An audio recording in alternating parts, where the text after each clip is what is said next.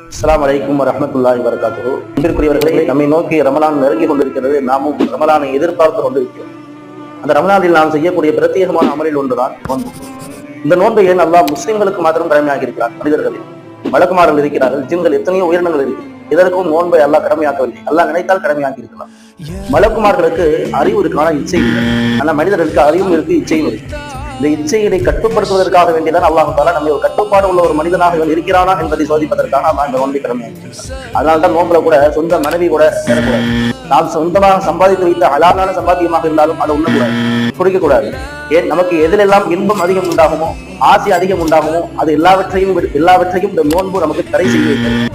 இந்த நேரத்திலும் மனிதன் ஒரு கட்டுப்பாடு உள்ள ஒரு மனிதனாக அவன் இருக்கிறானா என்பதை இறைவன் நம்மை சோதிப்பதற்காக வேண்டியதான் இந்த நோன்பை அல்லாஹ் நமக்கு கடமையாக்கி இருக்கிறான். நம்மை ஒரு கட்டுப்பாடு உள்ள ஒரு மனிதனாக நம்மை உருவாக்குவதற்கான ஒரு அம்சமாகத்தான் அல்லாஹ் அந்த நோன்பை ஏற்படுத்தி இருக்கிறான். அப்படிப்பட்ட அந்த நோன்பிலே நாம் கட்டுப்பாடு உள்ளவர்களாக பல இச்சைகளை விட்டும்